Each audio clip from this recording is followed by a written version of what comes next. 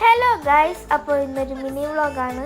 അപ്പോൾ ഞാനും മീനാക്ഷിയും അപ്പൂണ്ണും കൂടെ ചുമ്മാ ഇരുന്നപ്പോൾ ഞങ്ങൾക്ക് ഷവർമ്മ കഴിക്കാൻ നല്ല കൊതി തോന്നി. ഞങ്ങൾ ലാൻചക്ര വാഹനത്തിൽ അൽത്താസയിലോട്ട് വിട്ടു. പോളയത്തോടാണ് അൽത്താസ ഉള്ളത്. അവിടെ വന്ന് നമ്മളവിടെ ഇരുന്ന് മെനു കാർഡൊക്കെ നോക്കി ഏത് വേണം അത് വേണം എന്നൊക്കെ തീരുമാനിച്ചിട്ട് നമ്മളത് ഓർഡർ കൊടുത്തു.